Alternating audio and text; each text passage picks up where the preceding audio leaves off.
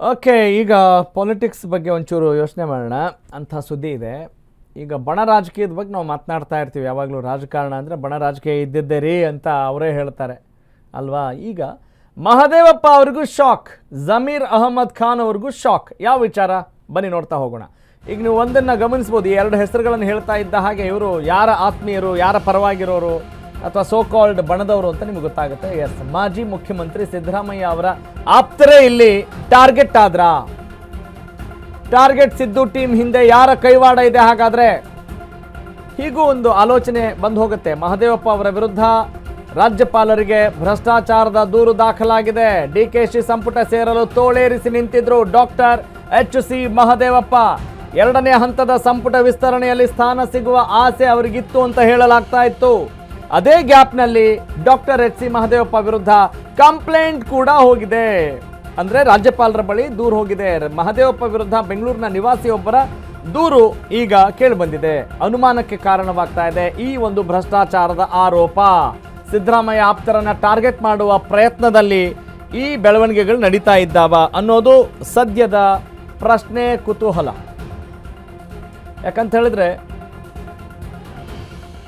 ನೋಡಿ, ಜಮೀರ್ ಅಹಮದ್ ಖಾನ್ ಇರ್ಬೋದು, doctor HC Mahadevappa ಇರ್ಬೋದು, ಸತೀಶ್ ಜಾರಕಿಹೊಳಿ ಇರ್ಬೋದು, ಇವರೆಲ್ಲ Siddaramaiah team.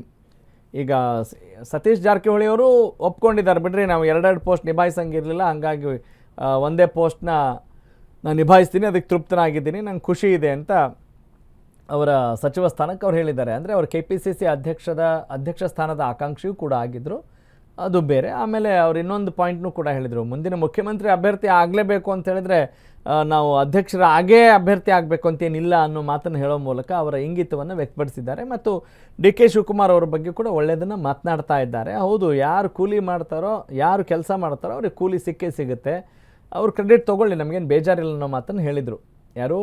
Satish Jarkiholi. Accept him, ಅವರನ್ನು ಹೊರತುಪಡಿಸಿ ಡಾಕ್ಟರ್ HC ಮಹದೇವಪ್ಪ ಆಗಿರ್ಬೋದು, ಜಮೀರ್ ಅಹಮದ್ ಖಾನ್ ಅವರ ಒಂದು ಏನು ಅವರ ಹಾವಭಾವ, ಅವರ ನಡವಳಿಕೆ, ಅವರ ಇಂಟೆನ್ಷನ್, ಅವರ ಮನೋಧೋರಣೆ ಯಾಕೋ ಸ್ವಲ್ಪ ಬೇರೆಯೇ ಇತ್ತು.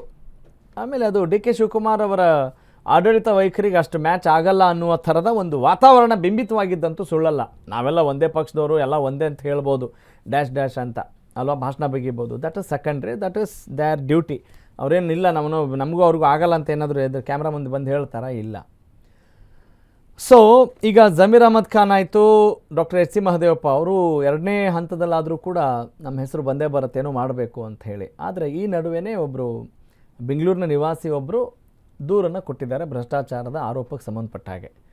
ಓಕೆ, ಅದರಲ್ಲಿ ಬೇರೆ ಬೇರೆ ರೀತಿಯಾದಂಥ ವಾಸನೆಗಳು ಬರ್ತಾ ಇದ್ದಾವೆ. ಅಂದರೆ ಹೆಂಗಾದರೂ ಮಾಡಿ ಇವ್ರನ್ನ ತಡಿಲೇಬೇಕು, ಇವರು ಸಚಿವರು ಆಗಬಾರ್ದು, ಇವರು ನಮ್ಮ ಸಂಪುಟಕ್ಕೆ ಬೇಡ ಅನ್ನುವ ಒಂದು ಹುನ್ನಾರ ನಡೆದಿದೆ ಅನ್ನುವ ಒಂದು ವಾಸನೆ, ಒಂದು ಕ್ಲೂ ಇಲ್ಲಿ ಮೇಲ್ನೋಟಕ್ಕೆ ಕಂಡು ಬರ್ತಾ ಇದೆ. ಓಕೆ.